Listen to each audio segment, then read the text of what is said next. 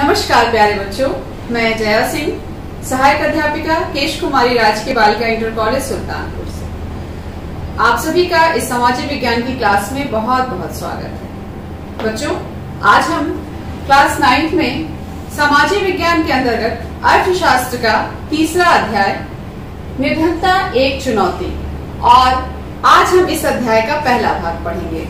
आइए बच्चों, आज की क्लास में हम जिन महत्वपूर्ण बिंदुओं पर चर्चा करेंगे, सबसे पहले हम उसे देख लेते हैं। देखिए, पहला हमारा टॉपिक है परिचय और इसके अंतर्गत हम निर्धनता के अर्थ को समझेंगे। दूसरा टॉपिक है निर्धनता के दो विशिष्ट मामले, इसके अंतर्गत हम शहरी निर्धनता और ग्रामीण निर्धनता के विषय में जानेंगे। तीसरा पॉइंट है सामाजिक वैज्ञानिकों की दृष्टि में निर्धनता और इसके अंतर्गत हम सामाजिक अपवर्जन और असुरक्षा को समझेंगे। चौथा टॉपिक रहेगा आज का निर्धनता रेखा और पांचवा टॉपिक है भारत में निर्धनता रेखा का निर्धारण। ये 5 टॉपिक है बच्चों जो आज हम पढ़ेंगे। आइए बच्चों, अब हम अपनी शुरुआत करते हैं और अपने सबसे पहले टॉपिक परिचय यानी निर्धनता के अर्थ को समझेंगे। आप ये चित्र देख रहे हैं और ये चित्र देख के आपको भली भांति समझ में आ रहा होगा कि ये जितने भी लोग हैं ये निर्धन वर्ग से हैं। बच्चों, आप लोगों ने पिछले अध्याय संसाधन के रूप में लोग में ये जाना कि किसी भी देश की अर्थव्यवस्था को मजबूत बनाने के लिए उस देश की जनसंख्या को परिसंपत्ति बनाया जाए या परिसंपत्ति माना जाए। उसके लिए उस देश में उच्च कोटि की शिक्षा व्यवस्था हो, उच्च कोटि की चिकित्सा सुविधा हो, रोजगार के सारे अवसर हो, तभी वहां की जनसंख्या को हम संसाधन के तौर पर कह सकते हैं। लेकिन जहां पर ये स्थिति नहीं होती है वहां पर वो जनसंख्या जो है एक बोझ बन जाती है। बच्चों, यहाँ पर एक महत्वपूर्ण बात यह है कि समाज में हर व्यक्ति का आर्थिक स्तर जो है अलग अलग होता है। आपने अपने आसपास देखा होगा कि बहुत से ऐसे लोग होते हैं जिनको ये सुविधाएं नहीं मिल पाती हैं। ऐसा क्यों?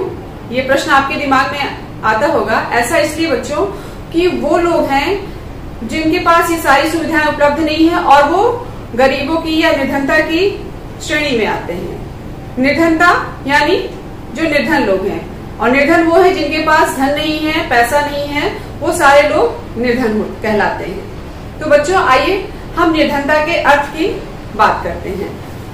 बच्चों, निर्धनता स्वतंत्र भारत की एक सबसे बड़ी चुनौती है। देखिए, निर्धनता वह स्थिति है जिसमें व्यक्ति अपने जीवन निर्वाह की मूलभूत आवश्यकताओं की पूर्ति करने में सक्षम नहीं होता है। किसी भी व्यक्ति की मूलभूत आवश्यकता क्या होती है? जैसे रोटी, कपड़ा और मकान, यही हमारी 3 मूलभूत आवश्यकता होती है। अगर कोई व्यक्ति इन तीनों को भी नहीं पूरा कर पा रहा है तो वो व्यक्ति क्या कहलाएगा? निर्धन कहलाएगा। आप ये चित्र देख रहे हैं कैसे झोपड़ी में लोग रह रहे हैं। महिलाएं जो हैं और घर के और अन्य सदस्य हैं वो खेती बाड़ी का काम कर रहे हैं, मजदूरी का काम हो रहा है। प्लेटफॉर्म पर देखिए किस तरह से लोग इकट्ठा हुए हैं।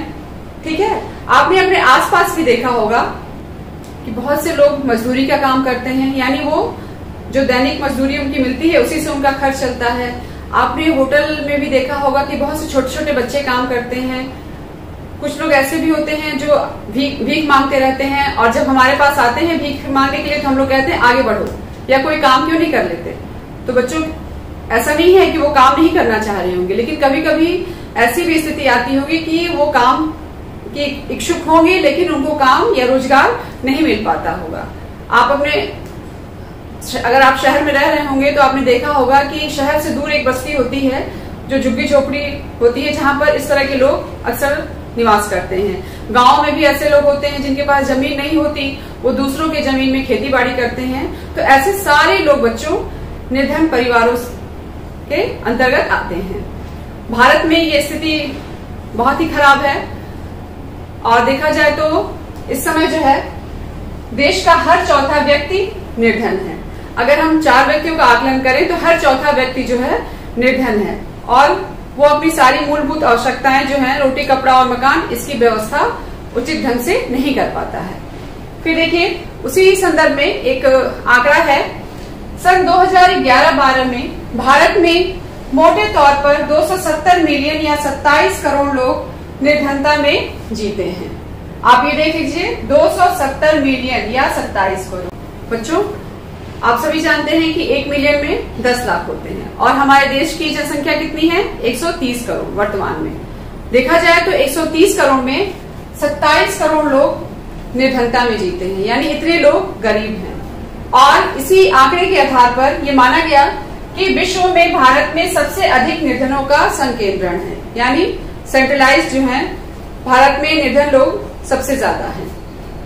बच्चों, अगला हमारा टॉपिक है निर्धनता के 2 विशिष्ट मामले, और इसके अंतर्गत मैं आपसे शहरी निर्धनता और ग्रामीण निर्धनता की बात करूंगी। तो आगे बढ़ने से पहले मैं आपको एक चित्र दिखाऊंगी और उस चित्र के माध्यम से मैं आपको शहरी निर्धनता के विषय में बात करूंगी। बच्चों, आप ये चित्र देख रहे हैं, ये आपकी बुक से ही लिया गया है और इस चित्र में राम सरन की कहानी है और ये शहरी निर्धनता से संबंधित चित्र है।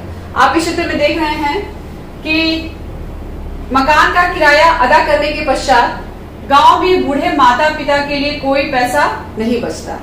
ये राम सरन की कहानी है, वो कहानी मैं अभी आपको समझाऊंगी। और एक बच्ची है, वो कह रही है अपनी माँ से, अम्मा आप देर से आई हो, भैया बिना खाना खाए काम पर चले गए। यहाँ आप देख रहे हैं, यहाँ पर एक, ये राम सरन को ही देख लीजिए, ये राम सरन यहाँ पर मजदूरी कर रहे हैं। ये उनका बेटा है, वो एक चाय की दुकान पर काम करता है और ये उनकी माता जी हैं, ये उसकी राम सरन की बड़ी बेटी है और बाकी उनके 2 बच्चे हैं। आइए अब हम कहानी पर चलते हैं। बच्चों, कहानी इस प्रकार है कि 33 वर्षीय राम सरन झारखंड में रांची के निकट गेहूं के आटे की एक मिल में दैनिक श्रमिक के रूप में कार्य करता था। जब कभी उसे रोजगार मिलता है तो वह एक महीने में लगभग 1500 रुपए कमा लेता है। यह 6 सदस्यों के परिवार को चलाने के लिए पर्याप्त नहीं है, यानी उनके परिवार में 6 सदस्य हैं, राम सरन और उनकी पत्नी और बाकी उनके 4 बच्चे। देखिए, जिसमें उसकी पत्नी और 6 माह से 12 वर्ष तक की आयु के 4 बच्चे शामिल है। इसके अलावा जो वो 1500 रुपए कमाता है, उसमें से कुछ पैसे राम सरन गांव में रह रहे अपने बूढ़े माता पिता के लिए भी पैसा भेजता है। उसके भूमिहीन श्रमिक पिता अपने जीवन निर्वाह के लिए राम सरन पर और उसका एक भाई जो हजारीबाग में रहता है उस पर निर्भर थे। भूमिहीन, जिनके पास कोई जमीन नहीं होती है। देखिए, राम सरन शहर के बाहरी क्षेत्र में स्थित भीड़ भरी बस्ती में किराए पर एक कमरे के मकान में रहता है। जो शहर से दूर झुग्गी झोपड़ी होते हैं, उसी तरह के मकान में राम सरन रहता है। देखिए, यह ईंटों और मिट्टी के खपड़ों से बनी एक काम चलाऊ झोपड़ी है। उसकी पत्नी संता देवी कुछ घरों में अंशकालिक नौकरानी का काम करती है और जहां से उसे 800 रुपए मिलते हैं। वे दिन में 2 बार दाल और चावल का अल्प भोजन जुटा लेते हैं, यानी किसी तरह से वो 2 टाइम का भोजन इकट्ठा कर लेते हैं, जो कि उस 6 सदस्यीय परिवार के लिए पर्याप्त नहीं है। फिर देखिए, उसका बड़ा बेटा परिवार की आय में वृद्धि के लिए चाय की एक दुकान में काम करता है, जहां उसे 300 रुपए मिलते हैं। उसके 10 साल की बड़ी बेटी छोटे बच्चों की देखभाल करती है। कोई भी बच्चा स्कूल नहीं जाता और उनके पास उतनी ही सुविधाएं हैं, उतने ही कपड़े हैं जिनसे उनका गुजारा होता है। और नए कपड़े तभी खरीदे जाते हैं जब पुराने कपड़े फट जाते हैं। और जूते चप्पल तो उनके लिए बहुत बड़ी बात है, एक तरीके से वो बहुत स्टैंडर्ड लग्जरी चीजें उनके लिए मानी जाती हैं, यानी विलासिता की वस्तुएं मानी जाती हैं। देखिए, छोटे बच्चे अल्प पोषित रहते हैं, यानी उनको पर्याप्त रूप से पोषण नहीं मिल पाता है, भोजन की सुविधा अच्छे से उपलब्ध नहीं हो पाती है, ना ही वो अच्छे माहौल में रह पाते हैं जहां पर सारी साफ सफाई की व्यवस्था हो। जब वे बीमार होते हैं तो उन्हें चिकित्सा की कोई सुविधा नहीं मिलती है। बच्चों, ये तो थी शहरी निर्धनता में राम सरन की कहानी। अब हम ग्रामीण निर्धनता की बात करेंगे। बच्चों, ये चित्र देखिए, ये ग्रामीण निर्धनता से संबंधित है, आप बुक में देखेंगे। और ये चित्र जो है, ये लखा सिंह है, जो खेतों में काम कर रहे हैं। ये लखा सिंह है जिनके पास अपनी कोई जमीन नहीं है, वो दूसरों के खेतों में मजदूरी करके काम करके पैसा कमाते हैं। आप देख रहे हैं कि यहाँ पर लखा सिंह खेती बाड़ी का काम कर रहे हैं, लेकिन उनके दिमाग में चल रहा है, क्या मैं कभी अपने परिवार के लिए नए कपड़े खरीद सकूंगा? आइए हम उनकी कहानी जानें। बच्चों देखिए, लखा सिंह उत्तर प्रदेश में मेरठ के पास एक गांव का रहने वाला है। उसके परिवार के पास कोई भूमि नहीं है इसलिए वो बड़े किसानों के लिए छोटे मोटे काम करता है। उनका काम जो है अनियमित होता है और उस काम से बहुत ज्यादा उनको इनकम भी नहीं होती है। कभी कभी वो बहुत जो है पूरे दिन की मेहनत के बदले 50 रुपए ही उनको मिलते हैं, लेकिन प्रायः खेतों में पूरे दिन मेहनत करने के बाद उसे वस्तु के रूप में कुछ किलोग्राम गेहूं, दाल और थोड़ी सी सब्जी ही मिल पाती है। 8 सदस्यों का परिवार हमेशा 2 वक्त का भोजन भी नहीं जुटा पाता। आप देख रहे हैं कि उनके परिवार में 8 सदस्य हैं। लखा सिंह गांव के बाहर एक कच्ची झोपड़ी में रहता है। परिवार की जो महिलाएं हैं पूरा दिन खेतों में चारा काटने और खेतों में जलाने की लकड़ियां बिनने में ही गुजार देती हैं। उसके पिता की जो तपेदिक के मरीज थे, चिकित्सा के अभाव में यानी इलाज के अभाव में उनकी मृत्यु हो गई थी। उसकी माँ अब उसी बीमारी से ग्रस्त है, यानी जो बीमारी उनके पिताजी को थी और उनको मेडिकल सुविधा नहीं मिली और उसी बीमारी से उमर गया, वही बीमारी उनकी माताजी को भी हो गई है और उसका जीवन भी धीरे धीरे क्षीण हो रहा है। यद्यपि गांव में एक प्राथमिक विद्यालय है, लखा वहां भी नहीं गया, यानी लखा की शिक्षा दीक्षा नहीं हुई है। वो एक तरीके से निरक्षर व्यक्ति है। उसे 10 वर्ष की उम्र से ही कमाना शुरू करना पड़ा, यानी जब वो 10 साल का था तभी से वो काम कर रहा है। नए कपड़े खरीदना कुछ वर्षों में ही संभव हो पाता है, यहाँ तक कि परिवार के लिए साबुन और तेल भी एक विलासिता है। बच्चों, आप ये कहानी देख रहे हैं और इस कहानी में आपको ये समझ में आ रहा होगा कि लखा सिंह का परिवार जो है उनके लिए साबुन और तेल खरीदना ये बहुत बड़ी बात है। अगर इन दोनों ही कहानियों की तुलना की जाए तो आपको समझ में आया होगा कि ग्रामीण निर्धनता और शहरी निर्धनता दोनों ही कहानियों में ऐसा परिवेश है जिसमें व्यक्ति को अपनी मूलभूत आवश्यकताओं को पूरा करने में सफलता नहीं मिल पा रही है। और ऐसा नहीं है, देखिए दोनों ही उदाहरण दर्शाते हैं कि निर्धनता का अर्थ भुखमरी और आश्रय का ना होना है। इसका तात्पर्य ये हुआ बच्चों कि सिर्फ पैसा ना होना ही निर्धनता नहीं है। जब हमारे पास खाने के लिए अन्न ना हो, यानी हमारे पास भुखमरी की स्थिति हो और रहने के लिए घर ना हो, ये सारी चीजें क्या होती हैं, ये हमें बताती है कि इस तरह का व्यक्ति जो है वो गरीबी की श्रेणी में आता है या निर्धनता की श्रेणी में वो आएगा। देखिए, और आपने अपने आसपास देखा होगा, जब कभी आप कहीं घूमने जा रहे हैं, आप प्लेटफॉर्म पर हैं या कहीं होटल के बाहर खड़े हैं, अपनी गाड़ी का इंतजार कर रहे हैं, तो आपने देखा होगा कि बहुत से लोग भीख मांगते हुए आपके पास आते हैं और हम और आप अक्सर ये कह देते हैं कि अरे कुछ काम धंधा क्यों नहीं कर लेते। तो ऐसे गरीब लोगों के साथ बच्चों दुर्व्यवहार भी बहुत ज्यादा होता है। देखिए, निर्धन लोग ऐसी स्थिति में रहते हैं जिसमें उनके साथ खेतों, कारखानों, सरकारी कार्यालयों, अस्पतालों, रेलवे स्टेशनों और लगभग सभी स्थानों पर दुर्व्यवहार होता है। बच्चों, आप ये चित्र देख रहे हैं कैसे एक गंदी सी बस्ती है जहां पर इस तरह के लोग रह रहे हैं, उनको रहने के लिए भी जगह नहीं है। एक लकड़ी का चूल्हे, ईंटा जोड़ के चूल्हा बना के किसी तरह भोजन की व्यवस्था की जा रही है। आपने स्टेशन पे आसपास देखा होगा कि ऐसे बच्चे भी आपको दिखाई देते होंगे जो भीख मांगते हुए नजर आते हैं और हम और आप अक्सर ये कह के उन्हें भगा देते हैं कि पढ़ने लिखने की उम्र है, पढ़ाई लिखाई करो, कुछ काम क्यों नहीं कर लेते। ये स्वेच्छा से ऐसा नहीं करते, कुछ न कुछ इनकी मजबूरी रहती है, इस वजह से ये भीख मांगते रहते हैं। बच्चों, इससे ये साबित हो जाता है कि अगर कोई बच्चा स्कूल नहीं जा पा रहा है, शिक्षा नहीं ले पा रहा है या किसी बीमार व्यक्ति का इलाज नहीं हो पा रहा है, ऐसे लोग जहाँ पर रह रहे हैं वहां पर साफ सफाई की उचित सुविधा ना हो, पीने के लिए स्वच्छ पानी ना हो और एक तरीके से जो एक सामान्य स्तर की जिंदगी या एक शालीन स्तर की जो जिंदगी है वो लोग नहीं जी पा रहे हैं, तो ये सारे लोग क्या हैं, ये लोग सारे लोग निर्धनता की श्रेणी में आएंगे। आज के परिवेश में भारत के लिए निर्धनता जो है बच्चों एक सबसे बड़ी चुनौती है। करोड़ों लोगों को दयनीय निर्धनता से बाहर निकालना स्वतंत्र भारत की सबसे बड़ी चुनौती में से एक है। आप ये चित्र देख रहे हैं बच्चों, जहाँ पर खाने पीने की सुविधा नहीं है, जैसे मान लीजिए कोई भूखमरी की स्थिति आ जाती है, कभी अकाल पड़ गया, कभी भूकंप आ गया या कोई प्राकृतिक आपदा आ गई, तो ऐसे लोगों के पास क्या होता है, खाने के लाले पड़ जाते हैं, इन लोगों को भोजन नहीं मिल पाता है और आप कपड़ों और बाकी अन्य सुविधाओं की तो बात ही छोड़ दीजिए। देखिए, इसी संदर्भ में महात्मा गांधी का एक उदाहरण है, आपकी बुक में ही दिया गया है। महात्मा गांधी हमेशा इस बात पर बल दिया करते थे कि भारत सही अर्थों में तभी स्वतंत्र होगा जब यहाँ का सबसे निर्धन व्यक्ति मानवीय व्यथा से मुक्त होगा। मानवीय व्यथा यानी जो उनकी जो मूलभूत आवश्यकताएं जब पूरी नहीं हो पा रही है बच्चों, तो हमारा देश जो आज एक विकासशील देश है, ये एक बहुत बड़ी चुनौती है। क्योंकि हर व्यक्ति अगर जब तक बराबर ना हो, अमीरी गरीबी का ये भेदभाव ना मिटे, तब तक हम सही अर्थों में स्वतंत्रता प्राप्ति का आनंद नहीं ले पा रहे हैं। बच्चों, अब हमारा अगला टॉपिक है सामाजिक वैज्ञानिकों की दृष्टि में निर्धनता। इसमें देखिए बताया गया है कि सामाजिक वैज्ञानिकों द्वारा निर्धनता के लिए प्रयोग किए जाने वाले सूचक सामान्यतः आय और उपभोग से संबंधित है। आय यानी कितनी कमाई है।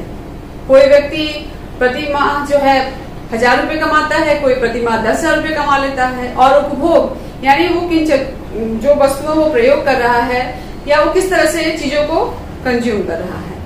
आप देखिए, इसके अतिरिक्त निर्धनता को निम्न सूचकों के माध्यम से भी देखा जाता है। इसमें सबसे पहले दिया हुआ है साक्षरता का निम्न स्तर, यानी जहां पर साक्षर लोग ना हो, वो लोग विद्यालय नहीं पहुंच पा रहे हैं, उनको शिक्षा दीक्षा नहीं मिल पा रही है, वो भी एक स्थिति गंभीर है। फिर देखिए, कुपोषण के कारण रोग प्रतिरोधी क्षमता की कमी। जब पौष्टिक भोजन नहीं मिलेगा तो शरीर में रोग प्रतिरोधक क्षमता का विकास नहीं होगा और ऐसे व्यक्ति जल्दी जल्दी बीमार पड़ेंगे।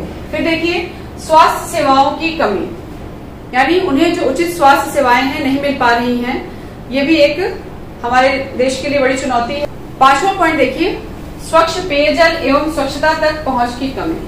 बच्चों, जो लोग झुग्गी झोपड़ी में रहते हैं, उनका जो परिवेश होता है वो बहुत ही मतलब आरामदायक नहीं होता है। क्योंकि वहां पे ना रहने के लिए अच्छा माहौल है, ना ही उनको पीने के लिए स्वच्छ पानी मिल पा रहा है, ना ही उनके पास कोई सुविधा उपलब्ध हो पा रही है जो एक सामान्य जीवन जीने के लिए है। और जब ये सारी सुविधाएं नहीं मिल पा रही हैं, तो इस तरह से लोग शारीरिक तौर पर तो बीमार होते ही हैं, मानसिक तौर पर भी वो बीमार हो जाते हैं। और ऐसे लोग हमारे देश की अर्थव्यवस्था को मजबूत नहीं बना पाएंगे। और भारत के लिए वर्तमान में एक ये बहुत बड़ी चुनौती है कि इन सारी चीजों को हम कम करके या उनमें कमी लाएं और अपने देश की अर्थव्यवस्था को मजबूत बनाएं। बच्चों, अब हम सामाजिक अपवर्जन के विषय में पढ़ेंगे। ये भी सामाजिक वैज्ञानिकों द्वारा ही निर्धनता का विश्लेषण करने के लिए सूचक है। और सामाजिक अपवर्जन वो होता है बच्चों जिसमें किसी भी व्यक्ति को हीन दृष्टि से देखा जाए। आपने देखा होगा कि जो शहर से बाहर या हमारे गांव से बाहर जो लोग झुग्गी झोपड़ी में रहते हैं, जिनकी स्थिति बड़ी दयनीय होते हैं, उनके पास कोई सुविधाएं उपलब्ध नहीं हो पाती है, तो हम उनको बड़ी दीनहीन स्थिति में पाते हैं, तो बड़े हीन भावना से उनको देखते हैं। आप ये देखिए, निर्धनता को इस संदर्भ में देखा जाना चाहिए कि निर्धनों को बेहतर माहौल और अधिक अच्छे वातावरण में रहने वाले संपन्न लोगों की सामाजिक समता से अपवर्जित रहकर केवल निकृष्ट वातावरण में दूसरे निर्धनों के साथ रहना पड़ता है। यानी ये वो लोग हैं जिनके पास सारी सुविधाएं उपलब्ध नहीं है। जो लोग निर्धनता की श्रेणी में आते हैं, वो जो झुग्गी झोपड़ियों में रह रहे हैं, ये वही लोग हैं। देखिए, सामान्य अर्थ में सामाजिक अपवर्जन निर्धनता का एक कारण और परिणाम दोनों ही हो सकता है। मोटे तौर पर यह एक प्रक्रिया है जिसके माध्यम से व्यक्ति या समूह उन सुविधाओं, लाभों और अवसरों से अपवर्जित रहते हैं जिनका उपभोग दूसरे उनसे अधिक अच्छे करते हैं, या जिनके पास पैसा है, जिनका कमाई का स्तर ऊंचा है, वो इन सारी सुविधाओं का ज्यादा अच्छे से उपयोग करते हैं। और चूंकि इनके आय का स्तर बहुत कम होता है, तो ये लोग जो भी सुविधाएं हैं उसका उपयोग भली भांति नहीं कर पाते हैं। इसके संदर्भ में एक उदाहरण यहाँ पर दिया गया है। देखिए, जाति व्यवस्था के बारे में बात की गई है कि भारत में जाति व्यवस्था की कार्यशैली है जिसमें कुछ जातियों के लोगों को समान अवसरों से अपवर्जित रखा जाता है। भारत में जाति व्यवस्था के विषय में आप जानते हैं कि जिस तरह से जातियों का वर्गीकरण किया गया है, तो कुछ जातियां ऐसी हैं जिनको वो निम्न सुविधाएं प्राप्त हैं। देखिए, इस प्रकार सामाजिक अपवर्जन लोगों की आय ही बहुत कम नहीं करता, बल्कि यह इससे भी कहीं अधिक क्षति पहुंचा सकता है। बच्चों, ये तो बात हो गई सामाजिक अपवर्जन की। सामाजिक अपवर्जन में आय में कमी के साथ साथ निर्धनता को भी बढ़ावा मिलता है। बच्चों, अब हम असुरक्षा के विषय में बात करेंगे। असुरक्षा के अंतर्गत देखिए, निर्धनता के प्रति असुरक्षा एक माप है जो कुछ विशेष समुदायों, जैसे किसी पिछड़ी जाति के सदस्य हों या व्यक्ति हो, जैसे कोई विधवा या शारीरिक रूप से विकलांग व्यक्ति के भावी वर्षों में निर्धन होने या निर्धन बने रहने की अधिक संभावना जताता है। बच्चों, कुछ समाज के ऐसे वर्ग होते हैं, जैसे मैंने अभी आपको जाति व्यवस्था के विषय में बताया कि उन्हें वो सारी सुविधाएं प्राप्त नहीं होती, और जब सारी सुविधाएं किसी विशेष वर्ग को प्राप्त नहीं होती तो उनके आय में भी कमी होती है, और जब आय में कमी होती है तो निर्धनता को बढ़ावा मिलता है। देखिए, असुरक्षा का निर्धारण परिसंपत्तियों, शिक्षा, स्वास्थ्य और रोजगार के अवसरों के रूप में जीविका खोजने के लिए विभिन्न समुदायों के पास उपलब्ध विकल्पों में से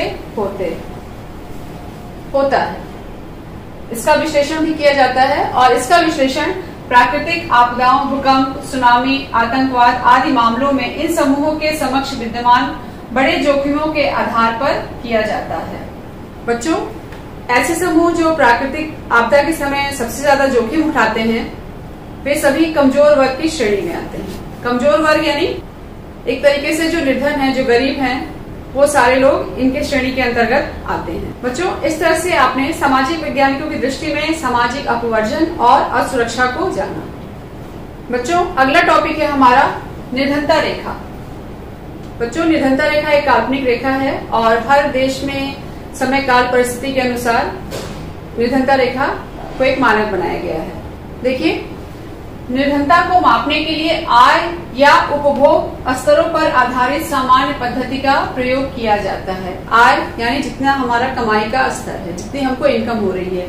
उपभोग यानी जिन चीजों का हम उपभोग कर रहे हैं या कंज्यूम कर रहे हैं। मान लीजिए कि आपके पास कमाई बहुत ज्यादा है, तो आप मॉल में जाते हैं शॉपिंग करने, खरीदारी करने, और जिनके पास कम कमाई है वो सब्जी मंडी में या छोटे छोटे मार्केट में जाते हैं, क्योंकि जितनी उनकी इनकम होती है वो उतना ही खर्च करना चाहते हैं, और उतनी ही अपनी जो उनकी मूल आवश्यकताएं हैं वो पूरी करना चाहते हैं। देखिए, मूल आवश्यकताओं को पूर्ण करने के लिए आवश्यक वस्तुएं विभिन्न कालों एवं विभिन्न देशों में भिन्न है। मूल आवश्यकताएं जैसे रोटी, कपड़ा और मकान, यही हमारी 3 मूल आवश्यकताएं हैं, और इसको पूरा करने के लिए हर देश में अलग अलग परिस्थितियां होती हैं। जैसे देख लीजिए, भारत में ही कार रखना एक बहुत बड़ी बात होती है, ठीक, क्योंकि भारत एक विकासशील देश है, तो भारत में सोचा जाता है कि अगर उनके पास कार है, एक नहीं 2-2 कार है, तो बहुत पैसे वाले हैं, बहुत अमीर लोग हैं। लेकिन अमेरिका में स्थिति भिन्न है। अमेरिका एक विकसित देश है, वहां पर जिस व्यक्ति के पास कार नहीं है वो निर्धन माना जाता है। तो इसी हिसाब से बच्चों समझ लीजिए कि हर देश में काल और परिस्थिति के अनुसार निर्धनता की जो रेखा है वो अलग अलग निश्चित है। देख लीजिए, काल एवं स्थान के अनुसार निर्धनता रेखा भिन्न हो सकती है। आइए अब हम भारत में निर्धनता रेखा का निर्धारण कैसे होता है उसको जानें। बच्चों, देखिए, भारत में निर्धनता रेखा का निर्धारण करते समय जीवन निर्वाह के लिए खाद्य आवश्यकता, कपड़ों, जूतों, ईंधन और प्रकाश, शैक्षिक एवं चिकित्सा संबंधी आवश्यकता पर ध्यान दिया जाता है। बच्चों, इसके लिए क्या किया जाता है कि जो भौतिक मात्राएं हैं, भौतिक मात्राओं को रुपयों में उनकी कीमतों से गुणा कर दिया जाता है। वो भौतिक मात्राएं क्या है, जैसे देख लीजिए, खाद्य आवश्यकता हो गई, कपड़े हो गए, जूते हो गए। मान लीजिए एक व्यक्ति है, उसको साल भर में 4 जोड़ी कपड़ों की आवश्यकता पड़ती है, और एक जोड़ी कपड़े का मूल्य मान लीजिए कि 50 रुपए है, यानी अगर 50 × 4 करेंगे तो कितना हो जाएगा, 200 रुपए हो गए। और जूते हैं, जूते भी मान लीजिए उसको 2 जोड़ी जूते की जरूरत पड़ती है, 100 रुपए का एक जूता मिल रहा है, तो 100 × 2 कर लीजिए, 200 रुपए। तो इन्हीं कीमतों के आधार पर भारत में निर्धनता रेखा का निर्धारण किया जाता है। फिर देखिए, निर्धनता रेखा निर्धारण करते समय खाद्य आवश्यकता के लिए वर्तमान सूत्र वांछित कैलोरी आवश्यकता पर आधारित है। कैलोरी यानी जो एनर्जी, और वो हम कहाँ से लेते हैं, जो हमारे भोज्य पदार्थ होते हैं उससे हमें कैलोरी मिलती है। अनेक खाद्य पदार्थ हैं, जैसे अनाज हो गई, दालें हो गई, सब्जियां हो गई, दूध हो गई, इन सभी से हमें कैलोरी प्राप्त होती है, जो हमारे एक स्वस्थ शरीर के विकास के लिए आवश्यक होती है। लेकिन ये जो कैलोरी होती है बच्चों, ये आयु, लिंग, काम करने की प्रकृति के आधार पर कैलोरी आवश्यकता बदलती रहती है। बच्चों, ये चार्ट है सरकार द्वारा निर्धनता रेखा आकलन का, जिसमें ग्रामीण क्षेत्र और शहरी क्षेत्र का आकलन किया गया है। देख लीजिए, इसमें देखिए प्रतिदिन प्रति व्यक्ति कैलोरी की आवश्यकता। जो ग्रामीण क्षेत्र के व्यक्ति हैं उन्हें कितनी आवश्यकता है? 2400, और जो शहरी क्षेत्र के लोग हैं उनको 2100 कैलोरी की आवश्यकता होती है। ऐसा क्यों? क्योंकि ग्रामीण क्षेत्रों के लोग शारीरिक रूप से ज्यादा मेहनत करते हैं और जो शहरी क्षेत्र के लोग हैं वो शारीरिक कम मानसिक ज्यादा मेहनत करते हैं, तो उनकी आवश्यकता जो है ग्रामीण क्षेत्र से थोड़ी कम होती है। इसके अलावा भी महिलाओं को भी कैलोरी की आवश्यकता कम होती है। मान लीजिए अगर 20 वर्ष का कोई बालक है या युवा है तो उसे ज्यादा कैलोरी की आवश्यकता होगी। तो जैसा कि है कि आयु, लिंग और काम करने की प्रकृति के आधार पर कैलोरी आवश्यकता सबकी अलग अलग होती है। देखिए, अनाज तथा कैलोरी की अन्य आवश्यकताओं को खरीदने के लिए प्रति व्यक्ति मौद्रिक आय अलग अलग होती है। यानी सबके जैसा जिसकी कमाई का स्तर होता है वो उतना पैसा अपने खाद्य आवश्यकताओं की पूर्ति के लिए खर्च करता है। इसी के संदर्भ में बच्चों ये देखिए कि वर्ष 2011-12 में किसी व्यक्ति के लिए निर्धनता रेखा का निर्धारण ग्रामीण क्षेत्रों में रुपए 816 प्रति माह और शहरी क्षेत्रों में रुपए 1000 प्रति माह किया गया था। जो व्यक्ति 816 रुपए कमा रहा है और वो जो गांव में रह रहा है, और जो व्यक्ति शहर में रह रहा है वो 1000 रुपए कमा रहा है, तो एक तरीके से वो निर्धनता रेखा के मानक पे है। आप ये देख लीजिए कि जो व्यक्ति 816 रुपए कमा रहा है, अगर उसके परिवार में 5 सदस्य हैं तो आप 816 को 5 से गुणा कर दीजिए, कितना आ जाएगा? 4080 रुपए। और यही आप शहर में जो है उसके परिवार में 5 सदस्य हैं, इनको आप 1000 को 5 से गुणा कर दीजिए तो 5000। यानी जो व्यक्ति 4080 रुपए कमा रहा है वो एक मानक रेखा पर है, और जो 1000 कमा रहा है 1000 रुपए कमा रहा है और उसके सदस्य 5 हैं, जो 5000 जिसका मानक है वो क्या है? वो भी एक मानक के अनुसार ही है। इसे देख सकते हैं, वर्ष 2011-12 में ग्रामीण क्षेत्रों में रहने वाला 5 सदस्यों का परिवार निर्धनता रेखा के नीचे होगा यदि उसकी आय लगभग रुपए 4080 प्रति माह से कम है। जैसा कि मैंने बताया कि 816 × 5 कर लीजिए, क्योंकि उसके परिवार में 5 सदस्य है।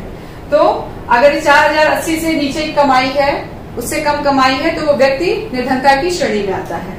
और इसी तरह शहरी क्षेत्रों में अपनी मूल आवश्यकताएं पूरा करने के लिए कम से कम रुपए 5000 प्रति माह की आवश्यकता होगी। 5 सदस्य हैं और 5000। यानी बच्चों आप सभी जानते हैं कि गांव में थोड़ी महंगाई कम होती है और शहरों में महंगाई बहुत ज्यादा होती है। तो उसी के मानक के अनुसार ये सर्वे किया गया, उसके अनुसार से उसी के अनुसार ये आंकड़ा निकाला गया है।